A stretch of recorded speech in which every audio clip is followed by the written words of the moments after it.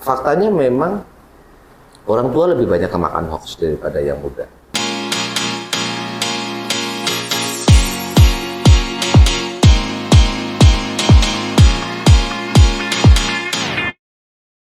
Mas Budi Hermanto. Halo Pasko. Terima kasih banyak. Terima kasih banyak ya, saya diundang sama kamu untuk ngobrol. Terima kasih, terima kasih. Teman-teman, salam kenal, saya Budi Hermanto. Ini yang akhirnya dari video yang panjang ya, dari debatnya Dendi Laksono itu, dari video yang panjang itu kok cuma sebentar ya nontonnya. Tidak terasa gitu kan, ternyata provokatornya ini. Tidak, saya provokasi iya, dengan ini akhirnya ketemu juga ya. Ketemu akhirnya publik bisa tahu kan informasinya secara terbuka. Oh ternyata begini. Ternyata begini gitu. Ya terima kasih waktu itu, saya juga terima kasih sama teman-teman yang mengundang saya waktu itu ya. Kita ngobrol, ada Dandi, ada Budiman. Keduanya sebetulnya teman saya. Teman ya. Gitu.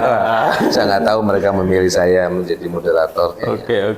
Saya hanya sebagai timekeeper ya, tukang ngatur waktu untuk mereka berdebat. Ya semoga perdebatan tentang Papua waktu itu bisa memberikan pengetahuan baru buat publik di Indonesia dan di dunia lah. Siap. Gitu. Jadi sekedar untuk informasi teman-teman bahwa Mas Budi Hermanto ini juga sebenarnya tempat tinggal di Jakarta, di Jogja ya. Aktivitas kesehariannya di Jogja dan beliau merupakan ketua ya Pak ya? Ya. Ketua Perkumpulan Masyarakat Peduli Media. Oke. Ini saya pikir menjadi tantangan yang sedang dihadapi oleh Indonesia begitu ya, masyarakat Indonesia dengan katakan pengguna smartphone, pemilik smartphone jauh lebih banyak ya, 2 kali lipat dibanding penduduk Indonesia ya, kalau tidak salah itu datanya ya. Ya kalau tidak salah pengguna, saya pernah baca rilisnya PUBG Pak ya, kita hampir 300-an juta orang menggunakan internet gitu. Internet itu. Berarti satu orang memiliki dua. Ada satu orang yang memiliki dua gitu ya. Wah ini jadi ini menjadi tantangan tersendiri, artinya bagaimana pengelolanya itu ya Pak ya. Betul. Dengan data dari UNESCO kalau saya tidak salah itu, dengan tingkat literasi di Indonesia jika dibandingkan dengan dunia itu ya, Indonesia menempati posisi kedua dari terakhir Pak. Kedua di terakhir ya, sangat rendah sekali. Sangat rendah sekali ya. Artinya dengan kehadiran teknologi, dengan minat literasi baca yang sangat sedikit gitu ya, akhirnya kita sering menghadapi ada data juga mengatakan bahwa tingkat kecerewetan ya, tanda kutip cerewetnya masyarakat Indonesia di sosial media itu menempati posisi tertinggi loh Pak. Betul. Artinya dengan tingkat pemahaman yang rendah, dengan penggunaan sosial media yang hampir 8 jam per hari, itu ya tingkat teratas lah di dunia. Terus dengan berbagai macam, artinya ini menjadi tantangan tersendiri untuk bagaimana membangun kebersamaan, persatuannya, bagaimana kita punya pola pikir yang harus menerima ya Indonesia ya, kita mau menjadi Indonesia ya harus menerima perbedaan gitu ya Pak. Nah betul. Itu yang saya pikir belum ada di Indonesia gitu. Nah ini kan yang sering kita jumpai di sosial media ya, hal-hal seperti ya katakan hoax segala macamnya kan selama ini ya bertebaran, apalagi menjelang pilpres ini kan. Gitu. Nah mungkin Mas Budi mungkin menceritakan sedikit tentang aktivitas di sini, bagaimana pola pendampingannya, atau ada atau enggak, mungkin teman-teman di sini. Kalau baik, saya dan teman-teman di perkumpulan Masyarakat Peduli Media, juga beberapa teman-teman kampus memang sejak lama kami fokus di soal literasi media. Siap. Dulu sebelum era gadget berkembang gitu ya, kita masuk ke literasi medianya pada soal bagaimana jam dan mendampingi anak ketika menonton televisi. Berarti sebelum ke sini. Iya, kami pada isu ini kami sudah bekerja lama, termasuk kami diminta oleh Dewan Pers untuk melakukan kajian terhadap isi pemberitaan media. Nah, pas tahun 2014 kami juga pernah bekerja untuk meneliti konten-konten media soal pemberitaan politik. Gitu. Dan bahan riset itu untuk proses pendidikan literasi media. Bahwa kita misalnya gini, kadang-kadang media redaksi juga bias politik, bias kepentingan politik. Kepentingannya Pak ya. Tergantung bosnya. Bosnya siapa? Kebetulan kan beberapa politisi kita punya media, gitu ya. Dan ketika mereka menguasai media dan punya media, kan menggunakan medianya untuk kepentingannya dia sendiri. Nah itu kita edukasi ke publik untuk jangan dulu percaya dan telan mentah-mentah informasi media, kan gitu. Setiap pilihan gambar, setiap pilihan kata, dan gitu, itu ada sesuatu yang melatar belakangi.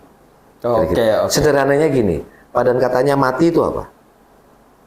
Padan katanya mati itu wafat, meninggal, tewas, mangkat, gitu ya. Nah, seseorang disebut dengan, mungkin kalau dia tokoh, dia akan disebut wafat. Kalau dia tokoh besar, dia disebut mangkat. Tapi kalau rakyat biasa, dia disebut mati atau tewas atau meninggal. Kan tewas, punya makna yang berbeda. Tewas kecelakaan mungkin ya. Ya gitu ya. Ini belakangan kasus kita berduka untuk situasi di Kanjuruhan ya. Iya, gitu, kita berduka misalnya. Nah, tapi saya mau sampaikan misalnya, beberapa media menuliskannya 2 orang polisi wafat, gitu. Tapi puluhan yang lain disebut tewas. Oh gitu Pak. Coba lihat di berita. Oke. Gitu ya. Nah itu kira-kira gitu. Nah kita mengenalkan ke banyak orang soal literasi media itu artinya membuat orang menjadi lebih wise, lebih bijak. Ketika menangkap informasi itu tidak selalu buru-buru ditelan. Tetapi dianalisis dulu, ini kenapa pilihannya begini, kan gitu. Kenapa pilihan kalimatnya begini, kenapa pilihan lead beritanya begini, kenapa pilihan gambarnya begini, kan gitu. Perlu di publik jadi tahu. Termasuk dalam misalnya di televisi waktu itu beberapa media kalau ada banjir itu sampai wartawannya nyemplung itu atau turun ke soal dramatiknya, yang ingin membuat efek dramatik atas situasi banjirnya. Ya. Nah ini MPM bekerja pada soal literasi di media. Dan belakangan karena di era digital kami juga terlibat di soal itu. Membantu beberapa institusi, beberapa sekolah, beberapa komunitas untuk berbagi, sebetulnya bukan ngajari ya, bahwa kalau Anda gunakan gadget itu ada batasannya. Gitu ya. Istilah saya begini, orang yang menggunakan sosial media tetapi tidak memiliki social skill yang baik, itu akan bermasalah. Ya, gunain sosial tapi nggak punya social skill. Social skill itu ya masalah soal social skill itu ya kemampuan menghargai orang lain, kemampuan menghormati orang lain, kemampuan mendengarkan apa yang orang lain bicarakan, bersikap penuh empati, ya bersikap penuh etik atau sopan gitu ya. Walaupun sopan itu kan ada berbeda-beda ya, sopan cara Jawa sama sopan cara Papua sama Sulawesi berbeda ya, karena memang logat dan karakternya yang berbeda. Tetapi pasti semua orang punya rasa empati dan rasa menghormati satu sama lain. Nah, kalau orang tidak punya kemampuan itu dengan baik, tapi gunain alat yang namanya sosial media, itu masalah. Dia maki-maki orang semau sendiri, dia akan apalagi menggunakan dibalik anonimitas ya. Akun-akun anonim. Wah, itu dia bermasalah. Nah, kami mengenalkan itu bahwa menggunakan gadget, menggunakan sosial media juga ada etiknya. Nah, etiknya itu ada di mana? Sama etik di dunia nyata kita gitu. Saya ketemu sama Carlos misalnya, kita bertegur sapa gitu. Saya tidak akan maki-maki Anda di depan banyak orang gitu toh. Kan di sosial media juga sama. Jadi etik di dunia nyata dengan sosial media buat kami nggak ada bedanya sama. Ini kan, Nah ini itu yang kami lakukan dan kita ajak beberapa orang yang itu untuk kalau istilahnya think before you post ya, pikir dulu sebelum kamu memposting sesuatu. Ini melukai orang tidak, membuat orang jadi benci tidak gitu, marah atau gitu. Tapi juga bukan berarti nggak boleh kritis ya. Nah dia mesti gini, kritis tuh misalnya ada kebijakan BBM naik, ya kita boleh aja kritis menyatakan, bertanya kepada negara kenapa BBM naik kan gitu. Kenapa yang menikmati subsidi lebih banyak orang yang kaya dibanding orang yang miskin misalnya. Yang gitu-gitu tetap sosial media bisa kita pakai untuk hal kayak gitu. Siap. Mengkritik boleh, saya setuju, silahkan ada kritik. Nah, cuman memaki-maki orang tadi. Oke. Memaki-maki. Apalagi pertimbangannya like and dislike ya, antara suka dan suka dan tidak suka. Gitu kalau kita pengalaman pemilu kemarin ya, itu misalnya ada dua kubu yang saling menurut saya sama-sama berujar kebencian kedua-duanya ini. Oh gitu Pak ya? Iya. Saya pernah riset soalnya. Jadi dari sekian banyak percakapan di waktu itu kalau nggak salah ada 1.800 percakapan dalam beberapa hari. Siap. Itu ada kubunya Pak Jokowi dan kubunya Pak Prabowo gitu. Oke. Nah dari keduanya itu kami analisis ya. Kita pakai framing, kita pakai analisis, kita lihat susunan kalimatnya Pak. Satu persatu dari sekian ratus atau dari 1.700-an percakapan itu.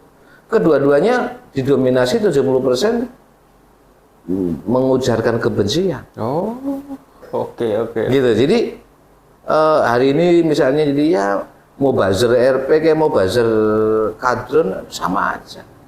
Nah, kita mau sampai kapan bertengkar yang kayak gitu gitu. Kita mau sampai kapan? Iya. Saatnya harus diakhiri lah ya Bu ya gitu. Lebih baik berdialog dan berdiskusi. Saya lebih suka. Iya, benar. Berdebat lebih suka. Berdebat tapi substantif.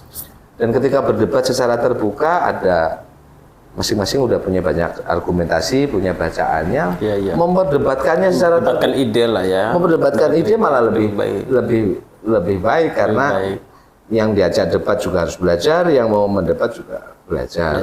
Ya tadi di awal Anda cerita soal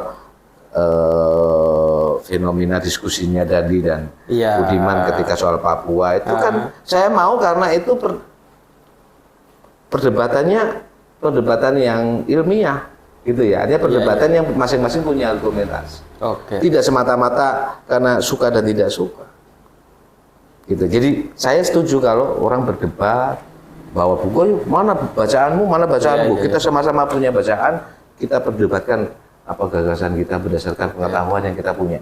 Nah itu lebih keren daripada bertengkar yang nggak jelas gitu, maki-maki sana, maki-maki sini. Apalagi di sosial media ini kan ya bersembunyi di balik ini ya, di balik layar mereka. Bersembunyi di balik layar karena nggak tahu, di balik anonimitas, gitu, main fitnah sana, fitnah sana, fitnah sini. Buat saya tidak sehat. Tidak sehat Pak ya. Nah, mari kita dorong dan kita ajak orang menggunakan sosial media dan internet ini dengan cara sehat. Gitu ya. Ini kira-kira MPM punya gagasan seperti itu. Dan saya tahu juga ada banyak. Kalau nggak salah ada beberapa organisasi ya, anti hoax masyarakat Mafindo itu masyarakat apa gitulah ya, anti hoax Indonesia gitu juga mereka lakukan itu. Beberapa teman-teman kampus juga membuat modul soal pendidikan literasi digital. Ya ini tantangan betul, saya setuju. Tantangan kita ada di sini. Benar, karena menarik tadi ya soal kalau waktu TV mungkin era TV mungkin masih kurang begitu masif. Ya pertengkarannya nggak terlalu lah gitu ya. Ya. Betul. Ini sekarang ini era teknologi ya. Ini mungkin apa kira-kira menurut Mas Budi? Apa sebenarnya melandasi itu? Apakah hanya karena terjebak dalam kepentingan tertentu atau karena? Ya di politik ini tentu imamnya atau kiblatnya mereka kan kepentingan.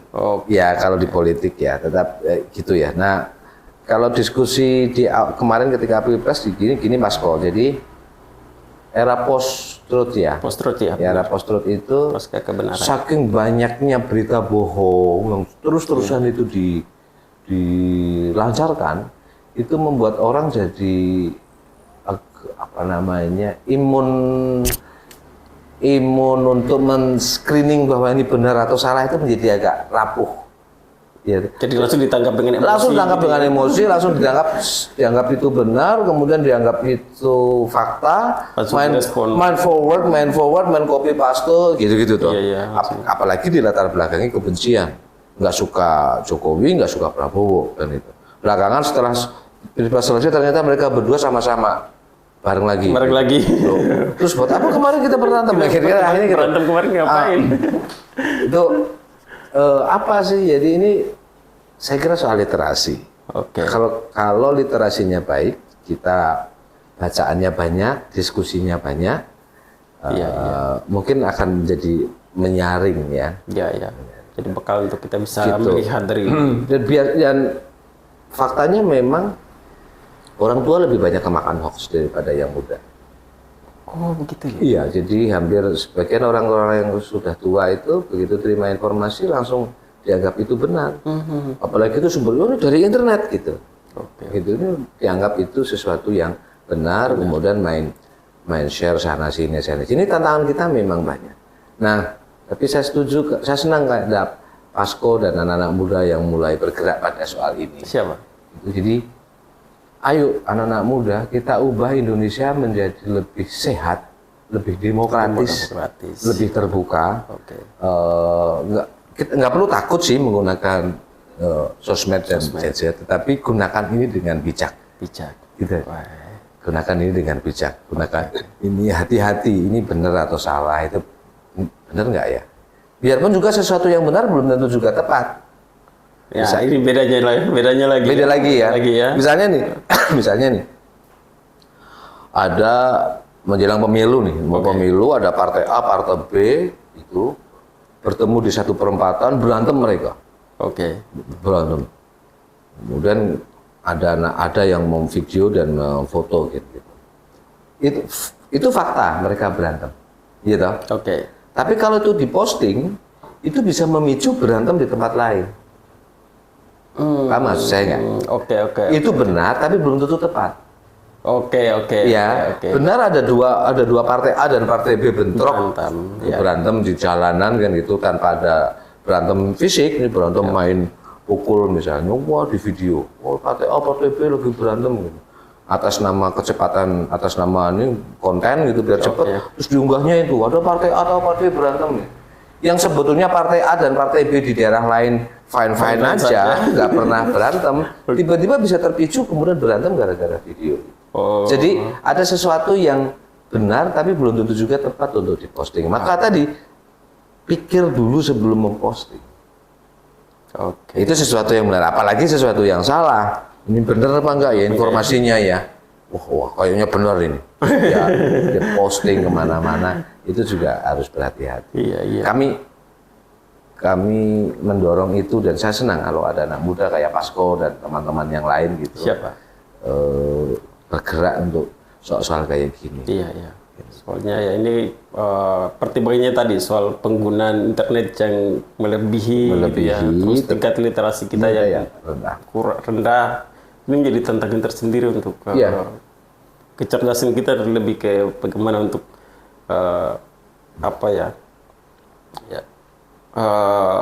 men-screening setiap informasi yang kita dapatkan gitu ya Pak ya. Nah ini apalagi menjelang Pilpres nanti 2024 ini mungkin akan terulang ini. Akan terulang Pak ya. Iya. Dan saya juga mau kritik ini, beberapa teman-teman politisi kan juga gunakan kayak gitu ya. Kumpulin para buzzer, para influencer ya, dibayar untuk menarasikan sesuatu. Saya jadi mau kritik udah bukan eranya lagi menggunakan kayak gitu. Buzzer mungkin masih dibutuhkan untuk memperluas kebijakan negara apa yang sudah dilakukan oleh bagian dari keterbukaan informasi. Oke. Negara misalnya atau itu punya anggaran berapa untuk apa, itu kemudian melalui para influencer itu di-share, oke. Ya. Tetapi memanfaatkan dan mengajak orang untuk membuat akun yang banyak bertenan, kemudian membicarakan isu politik yang kamu pokoknya harus bela A, si A harus kamu bela-belanya kayak gini. Ini kan nggak sehat. Oke. Nggak sehat buat saya itu tidak sehat ya. Kalau para politisi kita gunakan itu, maka sudahlah, stoplah gunakan para buzzer pada soal politik. Biarkan pembicaraan ini organik. Yang bicara adalah rakyat. Oke, gitu ya. Oke, siap. Kan gitu ya. Yang bicara adalah Anda, saya, membicarakannya secara organik. Karena ini kan kepentingannya kita. Kepentingan kita. Jangan bukan mesin yang bicara. Iya, karena pemimpin yang terpilih ini untuk memimpin kita gitu loh. Yang bicara mesin kan agak menyebalkan ya, Pak Sko. Jadi mesin yang mereka gunakan mesin. Iya. Dengan hashtag tertentu gitu. Oke. Mereka keluarkan anggaran banyak untuk kayak gitu, misalnya untuk bukan, kita tahu lah ada banyak calon gubernur, calon presiden yang mulai gunakan kelompok ini dengan narasi yang sama kan gitu. Menjadi kurang beragam. Oke. Menjadi kurang beragam.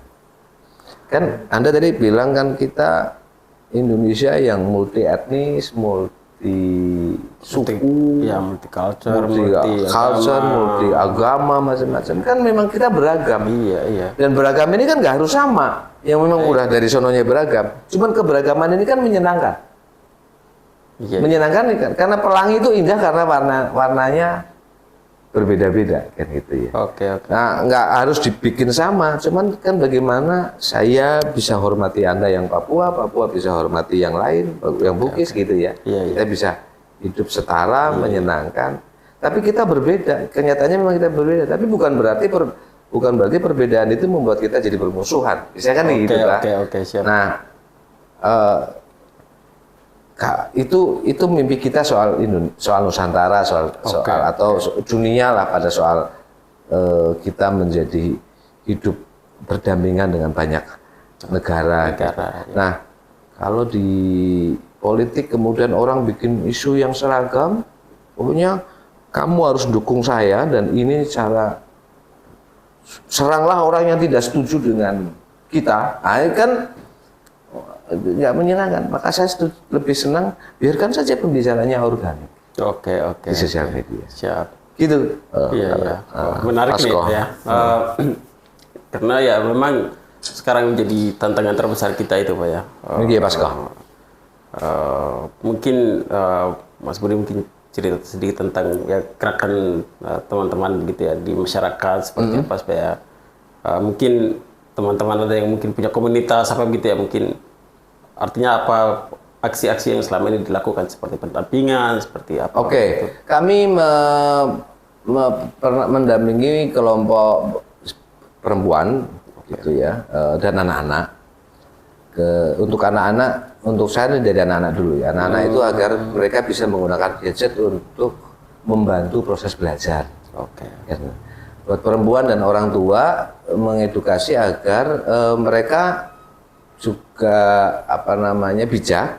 Jangan, misalnya gini, sekarang ada banyak orang tua yang kalau anaknya sedang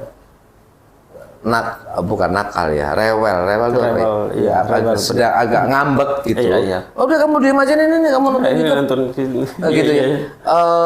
Jadi itu menurut kami nggak bijak ya, karena bukan kemudian diberi suruh nonton YouTube agar diem gitu, tapi mungkin ada parenting atau pola asuh yang lain, misalnya dengan yang lebih memicu berkembangnya otak buat anak daripada dia memakai gadget terus-terusan. Buat orang tua juga kita ngobrol, ya sebaiknya ada aturan nih, jangan sepanjang hari anak boleh pegang HP. Tapi sehari maksimal mungkin 1 jam. Jam. Kecuali tadi ini digunakan untuk proses belajar. Kan gitu. Mengetahui tentang sesuatu di dunia luar dan gitu. Dan setelah dia nonton, si anak nonton, orang tua akan ngobrol. Nah, apa yang kamu lihat? Apa pendapatmu tentang Afrika yang kamu lihat tadi? Di Afrika tuh ada apa? Di Eropa tuh ada apa? Di Papua tuh ada apa?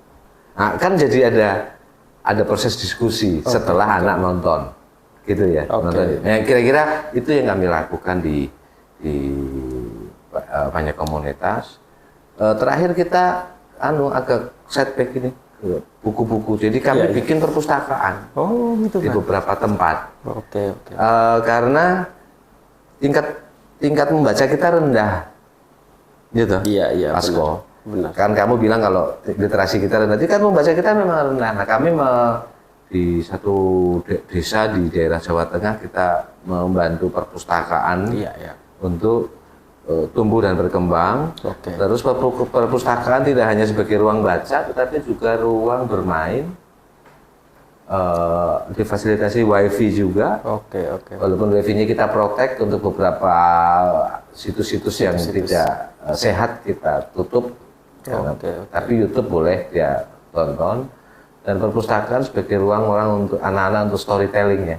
Setelah baca buku, berdialog. Dia baca buku, dan dia cerita sama teman-temannya atas apa yang buku yang telah dia baca. Keren. Nah itu yang kami lakukan. Cuman memang di hal-hal pekerjaan kayak gini nggak banyak orang melirik ya, tertarik karena ya nggak karena mungkin nggak terlalu seksi ya. Terlalu seksi, nggak terlalu ini. Tapi ya nggak apa-apa. Kami memilih jalur ini kecil-kecil lah. Kita tetap konsisten di soal ini dan kita nggak bisa masif. Tapi saya tahu ada banyak teman yang juga di mana-mana melakukan kegiatan literasi digital dengan. Semakin banyak orang melakukan ini, saya semakin senang ya. Karena itu. Gitu. Pasko, saya panggil kamu Pasko. Pasko, Pak. Ya. Apa ya? Ini kan kalau di Indonesia memang Jogja masih urutan pertama ya untuk tingkat literasi. Masih bagus lah ya. Masih bagus. Nah, sayangnya ini kan kalau apa ya? Artinya masih ada konsen gitu kan untuk gerakan-gerakan seperti ini. Nah, kasihan kan. Kalau macam kami di Papua Barat urutan paling terakhir itu Pak untuk tingkat literasi. Sama cerita deh. Kami pernah bekerja sama dengan kantor Kementerian PPA ya, Kementerian Pemberdayaan Perempuan dan Perlindungan Anak. Kami keliling ke beberapa provinsi untuk bertemu dengan para pelaku sosial media atau disebut dengan netizen atau mereka yang followernya banyak-banyak nih. Followernya bisa sampai 10.000, 100.000 gitu. Atau Aceh, Makassar pernah, Bali pernah, Papua belum sayang ya kan. Tapi kami pernah mengumpulkan mereka di satu tempat di setiap provinsi itu. Terus kita diskusi soal literasi digital ini, termasuk pendidikan soal pentingnya perlindungan terhadap anak dan perempuan. Misalnya gini, hari ini banyak kasus anak-anak kita tuh jadi korban grooming ya. Kamu pernah dengar istilah grooming ya? Belum. Grooming itu rayuan orang dewasa terhadap anaknya melalui sosial media. Dirayu gitu. Anak umur 13 tahun, 14 tahun, 15 tahun dirayu. Kalau itu perempuan dirayu oleh laki-laki dewasa dirayu sampai pelecehan seksual dilakukan. Grooming ya, di DM, kalau saya di DM, dirayu-rayu di DM itu banyak sekali anak-anak kita jadi korban kejahatan seksual ya kayak gitu. Nah, kami bekerja bersama Kemen PPA mengajak banyak netizen untuk melawan ini pelecehan seksual di dunia digital ini, kan itu terjadi banyak. Kalau dipacarin sampai maaf misalnya mereka sudah bahkan mungkin melakukan hubungan seksual gitu. Dan itu direkam misalnya. Kalau nanti diputus rekamannya diancam. Kalau kamu macam-macam aku sebarin rekamannya. Gitu tuh. Jadi kejahatan-kejahatan kayak gini di dunia internet juga sangat menyeramkan, dan kami bekerja bersama dengan teman-teman untuk melawan ini, memproteksi gitu ya. Kalau Anda jadi korban grooming atau korban kejahatan seksual, itu lapor. Dan gitu. Kita sama-sama kita advokasi dan kita proses mereka yang melakukan kejahatan-kejahatan seksual. Itu kalau di terus yang lain tadi soal perspektif gender, perspektif perempuan, misalnya saya kasih contoh ya. Ada orang bikin berita janda cantik terpilih menjadi kepala desa. Janda cantik terpilih jadi kepala desa. Misalnya judulnya kayak gitu. Iya, waduh. Itu media yang menulis kayak gitu, media yang nggak punya perspektif dan menghormati perempuan. Perspektif gender. Ya, seseorang terpilih menjadi kepala desa bukan karena cantiknya, tetapi tentu karena kapasitasnya dia sebagai orang yang memang dipilih oleh warganya menjadi kepala desa. Kenapa mesti harus ada kata diksi cantik dan ada jandanya? Emang masalahnya apa? Masalahnya apa kalau seseorang menjadi janda? Gitu, menjadi single parent. Masalahnya. Nah, ini media-media yang menulis kayak gitu, saya langsung kata ini media yang nggak punya perspektif penghormatan terhadap perempuan dan melihat perempuan sebagai objek seksualitas, misalnya gitu. Iya, nah, benar. Gitu toh. Nah, kami keliling ke berbagai tempat, bertemu dengan para pelaku media sosial atau mereka yang mengelola website atau blog yang gitu, agar tulisan-tulisan mereka menjadi lebih baik, punya perspektif perlindungan terhadap anak juga terhadap perempuan. Atau juga terhadap kelompok-kelompok marginal. Kelompok marginal itu bisa teman-teman difabel, itu kan kelompok-kelompok marginal. Ya. Orang-orang miskin, mereka juga bagian dari kelompok marginal yang harus dihormati dan kita bantu. Kira-kira gitu. Ya, kami bekerja kayak gitu. Terakhir kita bikin namanya festival konten kreator, ya, sempat saya nonton. Gitu ya. Dari video itulah saya. Gitu ya. Ini saya tertarik ini. Gitu ya, konten kreator. Jadi orang kayak kalau Anda dan banyak teman kita undang. Iya. Silakan Anda sebagai konten kreator, apapun konten kreatornya, mau film, mau apa, bercerita. Kemudian untuk yang lain saling belajar. MPM hanya memfasilitasi konten kreator sesi ini adalah mempertemukan para pelaku-pelaku konten kreator untuk saling belajar. Gitu. Ini karena pandemi 2 tahun ini kita libur gitu ya.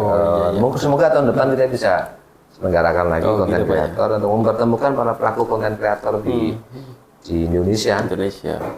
Sudah ada Anda saya undang untuk. Siap, terima kasih Pak. Untuk sharing. Dulu ada kalau nggak salah kami di Borobudur kita undang ada Pak siapa yang babin polisi yang lucu di Purworejo yang suka bikin video. Oh iya. Pak Babin gitu ya. Pak Babin juga kita undang untuk bercerita kenapa Anda bikin konten yang lucu-lucu gitu. Ya iseng sih Pak, tapi itu mengedukasi kan. Mengedukasi ya. Gitu yang kami lakukan di Jogja dan di beberapa tempat ya di Indonesia. Seperti konten kreator yang kemarin kumpul itu tidak hanya dari Jogja Pak? Tidak hanya dari Jogja, ada dari Jakarta, ada dari Makassar, ada dari Bali. Keren. Kumpul kayak gini sharing. Gitu. Sharing. Dan mereka kan tidak berlomba banyak-banyakan subscribe ya. Enggak, ya itu penting, tapi yang lebih penting adalah berbagi pengetahuan. Oke. Ya kan? Berbagi pengetahuan. Yang sudah sukses ya bagaimana membagi pengalaman. Iya, yang sukses bagaimana membagi pengalamannya kan. Unik sih ada filmmaker yang bikin film-film indie dan dia bikin filmnya di mana, terus memutarnya di mana. Misalnya kalau di Purbalingga itu ada bioskop keliling yang nontonnya di tengah-tengah lapangan gitu, pakai layar lebar gitu. Jadi kalau bikin filmnya itu namanya Mas Bowo, terus nanti dia bikin festival film, nanti film-filmnya diputar di kampung-kampung, Jadi MPM membagi pengetahuan itu kepada yang lain, karena kami meyakini bahwa semakin banyak pengetahuan yang dibagikan ya semakin baik, dan ini bisa mendorong perubahan kehidupan yang lebih baik lah. Oke, baik Pak. Mungkin saya sempat mendengar istilah itu puasa digital ya. Ya, puasa digital atau jadi puasa penting juga untuk kalau kita sedang toksik itu apa ya? Toksik itu kalau orang punya partner atau punya pacaran udah nggak sehat itu kan, hubungannya udah toksik gitu ya. Karena ini juga kadang-kadang nggak sehat. Kita kalau ditempa isu ditempa macam-macam masalah kan gitu terus. Apalagi karena ketidakdewasaan kita, ada masalah ngomong, ada masalah dicurhatin di sosmed. Udah masalah curhatin di sosmed, ada masalah sama pacar diomongin di sosmed. Kita marah-marah di sosmed dan orang meresponnya pun marah misalnya. Gitu. Oke. Kan orang. Nah, itu kalau terus-terusan kita mendapat terpaan negatif dari omongan-omongan itu buat kita nggak sehat. Maka kami pernah mengajak orang untuk seminggu ini kita tidak sosial media.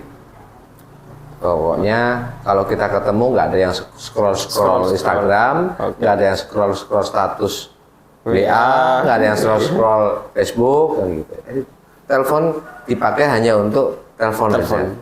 Kalau ada hal penting kita telepon. Maka kalau kita ketemu kita ngobrol. Karena banyak kasus gini. Kita ketemu 8 orang, masing-masing tapi ketemu bukannya ngobrol, masing-masing sibuk. Wah, ini gimana? Ketemu di ruang makan, nanti paling kita foto yuk, senyum, foto di ruang makan, ya selfie ya, foto gitu. Habis foto, diupload lagi, sibuk lagi. Nah, ngapain kita ketemu? Kumpul atau reuni apa? Gitu ya. Kalau kita kumpul tapi semua sibuk dengan gadgetnya masing-masing. Jadi penting juga untuk sesekali kita berani mengambil keputusan kalau lagi ngobrol, taruh. Kecuali ada telepon kita angkat. Siap. Misalnya kayak gitu. Kan juga yang diajak ngobrol enak. Benar. Artinya ada pertimbangan, bukan pertimbangan sih. Lebih ke motivasinya apa gitu Pak untuk gitu. Ya, ini motivasinya agar tadi skill sosial kita terasa. Oke. Skill sosial kita terasa. Kita bisa membaca mimik orang, merasakan kegembiraan orang, atau merasakan juga kesedihan orang dengan baik, timbul rasa empati. Kan gitu. Kalau itu nggak diasakan kita jadi datar-datar aja. Kita tidak punya sensitivitas kalau teman kita sedang sedih, atau sedang ada punya masalah yang butuh pertolongan kita nggak tahu, gitu toh. Benar. Atau teman kita sedang gembira, kita lupa mengucapkan selamat atas kegembiraannya juga kita jadi nggak punya sensitif soal itu. Teman kita hari ini ulang tahun dan dia sebetulnya kepingin ulang tahunnya agak dirayain gitu, tapi kita menjadi AB dan kita tidak tahu kalau sahabat kita sedang, kan dia sedih banget tuh. Iya. Gitu kan? Saya dicuekin ya. Gitu ya. Jadi menurut saya kok penting puasa ya sesekali. Gitu. Ini juga kesehatan mental juga itu Pak ya. Betul. Soal kesehatan mental. Setiap hari kalau macam ini kan soal permainan algoritma ini ya sosial media juga ya. Kalau kita kontennya ya isinya hoax atau apa atau marah-marah atau isinya pasti yang akan muncul itu semua. Kalau yang kita cari adalah sesuatu yang jelek-jelek yang muncul di kita yang itu terus. Wah, itu nggak sehat buat mental. Nggak sehat buat mental kita. Sudah taruh ngobrol, senyum sama teman, teman kerja, sama tetangga, ya. minum teh, minum kopi bareng, bercerita yang mungkin nggak penting gitu. Itu buat kita jadi lebih sehat. Lebih sehat ya. Gitu. Daripada sibuk marah-marah, mukanya berubah, ya udah taruh aja lah. Tiba-tiba gitu ketawa tidak sadar kalau temannya lagi sedih. Nah gitu kan. Ketawa sendiri ini kan. Gitu. Sesekali. Oke. Tapi kita barangkali tidak bisa lepas dari gadget ya, ada sudah jadi kebutuhan barangkali. Tapi bukan berarti kita dikontrol oleh dia, harus kita balik. Kita yang kontrol dia, jangan dia yang kontrol. Ini yang jadi masalah nih, Pak. Gitu ya. Ini kadang-kadang. Kita yang kontrol dia, jangan dia yang kontrol kita. Tadi Anda udah bilang soal algoritma, kalau kita lihat sesuatu yang muncul kan yang itu terus kita buka Facebook, yang kita cari adalah apa begitu, yang akan muncul ya selalu itu. Gitu. Nah, kita menjadi di drive atau diatur oleh si sosmed. Sudah, kita harus balik. Kita yang punya kuasa kok. Kan kita yang punya kuasa atas ini gitu ya. Ini benda sebenarnya ya. Iya, jadi jangan kita nggak niat belanja, tiba-tiba ada orang nawarin, jadi beli ya. Ada lagi di algoritma kita, di wall kita muncul lagi produk promo sesuatu, mulai beli ya gitu. Kita menjadi uncontrol keuangan kita. Oke. Gitu. Nah itu kita dikontrol oleh mereka. Harus kita balik, harus kita jaga. Kita akan membeli sesuatu yang memang kita butuhkan. Oke. Gitu ya. Bukan yang karena dipromosikan oleh semua algoritma dan semua alat. Iya. Jadi gitu. Jadi baliklah. Anda yang mengontrol, jangan dia yang kontrol kita. Gitu Bang. Agak berat untuk era ini gitu Pak ya. Menantang ini menjadi tantangan tersendiri untuk bagaimana kita ini kan ya sekarang ya sudah bisa dibilang ya jadi budak teknologi gitu kan ya. Sekarang ya, kebanyakan gitu ya yang ada sibuk sendiri gitu kan. Tidak pernah sih ya seperti tadi ajak reuni yang datang ya duduk ya sibuk sendiri, fotonya captionnya reuni. Ajak reuni tapi captionnya reuni tapi kok sibuk sendiri gitu kan. Ya. Itu perlu kita kritik gitu, teman-teman yang kayak gitu. Jadi kalau mau ketemu ngobrol. Kalau kita mau, saya kasih waktu 10 menit ya, silakan scroll habis itu taruh handphonenya, kita ngobrol kayak gitu ya.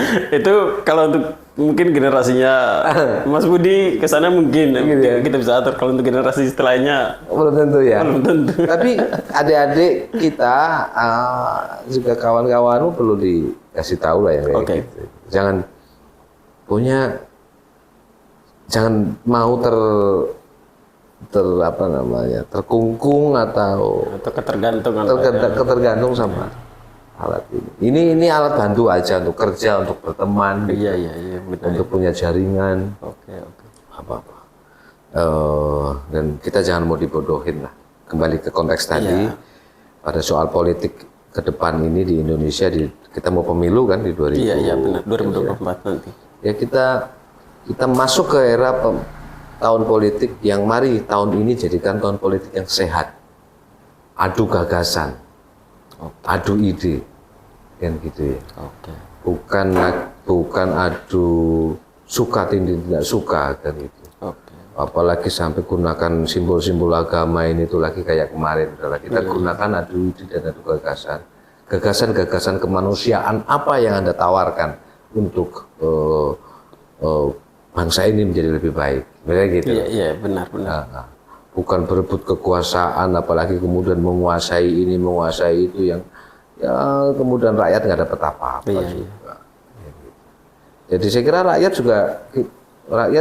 kalau saya sih menduga semakin kesini rakyat kita semakin cerdas lah ya. Semakin cerdas. Dia akan pilih orang yang memang memikirkan dia, bukan memikirkan klannya, bukan memikirkan kelompoknya.